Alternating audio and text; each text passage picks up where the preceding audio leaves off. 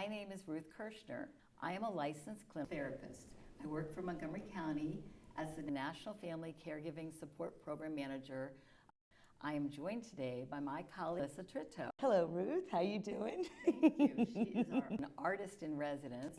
We believe that caregivers are superheroes with heroic hearts. So that we're here today to try to give you some hints and helps about how to make caregiving go a little bit smoother at home. So, Ruth, what changes occur as we age with our senses? Are they all affected? Yes, all 5 of the senses. Let's see if I can get them all. Sight, hearing, smell, taste, and touch. The sensory is all a part of what makes our life exciting and vibrant and thrilling. But as we age, those senses also gradually decline. But there are ways for us to accentuate the senses to make our lives spicier. I like that. I like that. So, Ruth, I have to tell you, when I'm talking to my husband and he is distracted on the phone, I feel completely unheard. Can you please remind us how important it is to stay engaged with the one you're with? Absolutely, and I love that you just did that because that helps me think about this. The one thing before we talk about any senses or any helps and hints, nothing's going to work if the person that you're working with, living with, loving, doesn't hear you, doesn't see you. So you want to sit at eye level. You want to look right at their face. There you go. You want to move towards them. Notice I move my legs so that we're both facing each other, which is really nice. And making sure that we're engaged. If sometimes you have to reach and touch, that's fine. But at least before you start talking, make sure that person's not watching TV, not looking down at their phone, but that they're really connected and engaged with you. I know, that makes me feel really good. Okay, Ruth. Well, you said there was 5 senses, but I beg to differ. What? I do. I think there's a 6th sense, and I think it's a very important sense because to me, it's the feel-good sense. Okay. And that sense would be laughter. I think laughter is very important, and it's a feel-good sense. It makes you feel good from your head to your toes, and everybody needs it. Absolutely, and there's even a physiological and psychological reason to use laughter with all of our senses. When you take a deep breath in and you give a loud belly laugh, ho, ho, ho, you're exercising. So it helps with depression, it helps make you feel better. So laughter, I will give it to you. There's a 6th sense, and we'll say that that's laughter. The feel-good sense. The feel-good sense. But the sense we're discussing today is smell. And if smell is a connection to the past, I could imagine that that would be a very comforting sense to experience. Absolutely. The sense of smell is actually linked to the brain, the part of the brain that deals with memory, processing of emotions. So some smells can evoke such powerful memories and emotional experiences. So let's do a little experiment. Right now, close your eyes and imagine a steaming cup of hot coffee. How does it smell? Smells like a fresh new day. Ooh, what does that conjure up for you? Oh, happiness, comfort, being with friends and family, and just a warmth every day. It's how I start my day.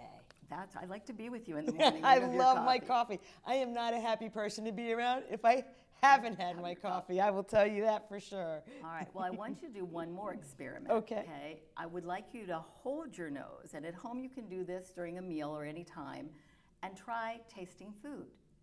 Because you get the taste of food when you smell, with the smell. One of the problems of people who've experienced one of the symptoms of long COVID, people who've lost their smell, that sensory, they can't taste the food. I had a client that kept putting hot sauce on the food because he didn't smell the spice and thought it wasn't tasting right to him because he couldn't smell it. So, you need to be careful that realizing that people may add extra salt, extra sugar because they're trying to smell it. They don't smell it because that sense has depleted. So then they try and add other things to food. So pay attention and watch that with the people that you take care of. Yeah, I can imagine that would get very frustrating too. So Ruth, speaking of that, and talking about long COVID, and I've wondered what people think, how can I get a sense of what it's like not to be able to smell? Well, one of the ways is, again, just holding your nose. When you want to smell, though, when you want to do things that are good, one of the things I love about where we live is that we are such a diverse community. Yes. And as I mentioned to you earlier, smell really does connect with our memories. So think about where your home countries might be. You know, the smells and the tastes from Mexico or Honduras or Ethiopia. And what does that bring back? And being able to cook those main dishes again brings the smells in for people. They can bring back really happy, good feelings about their childhood and what they remember from before. Yeah, like a good comfort. I think that would be a good comfort smell. So bringing a focus to scents seems like it could be helpful. What can I do to achieve this? Well, there's a lot of easy tricks. So one of my favorite smells is lavender. And it has been proven that lavender really is a calming, relaxing kind of smell.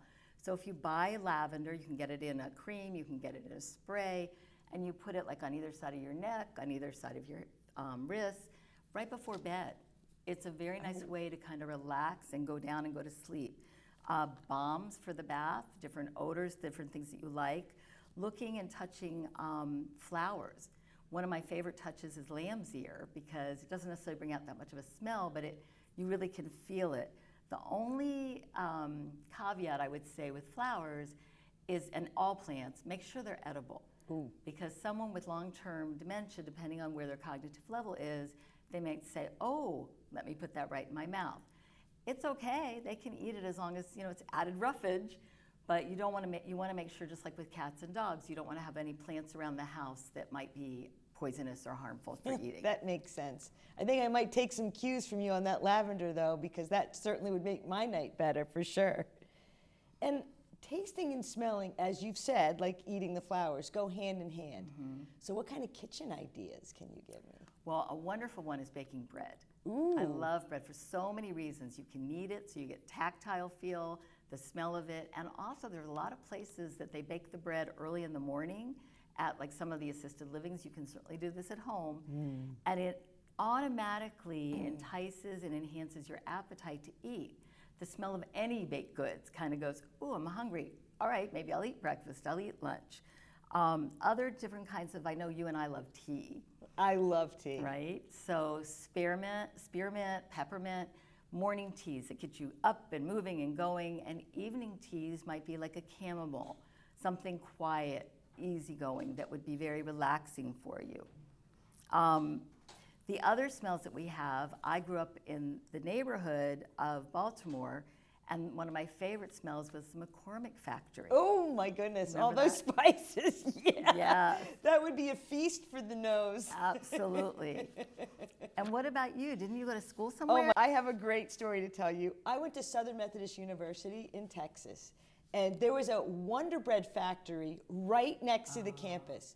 So you can imagine, every morning I got up, that campus smelled like fresh baked bread. Oh, yum. And it smelled so good that it was no problem for me to gain my first freshman 15. It came on very easily. I'm sure that wasn't a problem for you.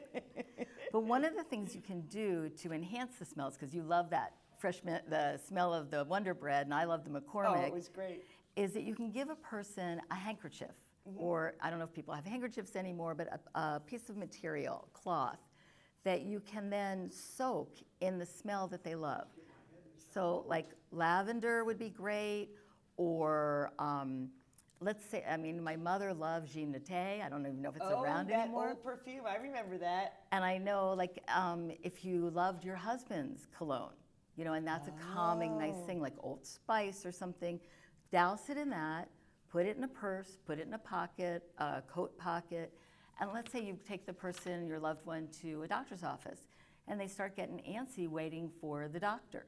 You can take out that handkerchief or that piece of material and just take a little smell, and it calms them down. It's What a a great relaxing idea. calm. What a great comforting idea, too. It's kind of like bringing that person with you. I love the way you're using smell to really manipulate the situation and make it a more comforting and calming and taking away the anxiety, quite frankly. Wow. What are some clever ideas I can use to enhance the sense of smell? Well, one of them, and I'm going to tell you right now, is when you do a deep breath. So let's breathe in through the nose and out through your mouth. and smell the things around you. If you gave somebody that yummy handkerchief that had a good smell, or if you have flowers or bread baking or whatever it might be, to really enhance and take a real good whiff of whatever the smell is. But I do want to say one caveat to all of this. I had a client, she used to run a spa. So, but the cognitive decline came, she became more and more afraid of taking a bath. So her daughter and I worked together, and we created this bathroom that smelled just like her spa. It had vanilla, the little electric vanilla scent. Wow. We had the soft lighting, we had beautiful music, and lots of vanilla, because her daughter said vanilla was her favorite smell in the whole world. She walked right into that bathroom and turned around and came right out and said, "What stinks in there?" Oh my goodness. Wow, that must have made you feel hurt. Well, and that's exactly the point. The daughter was a little hurt. You need to understand, don't get your feelings hurt.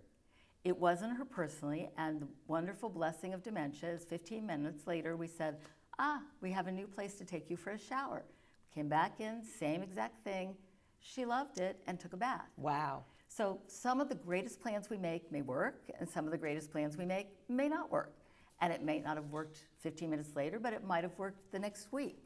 So always give it a try. Even if it doesn't work the first time, don't get hurt, because the illness is what's causing them to strike out and say, "I don't like that smell anymore. I never liked chocolate chip cookies. I hated them my whole life." And you know they loved them their whole life.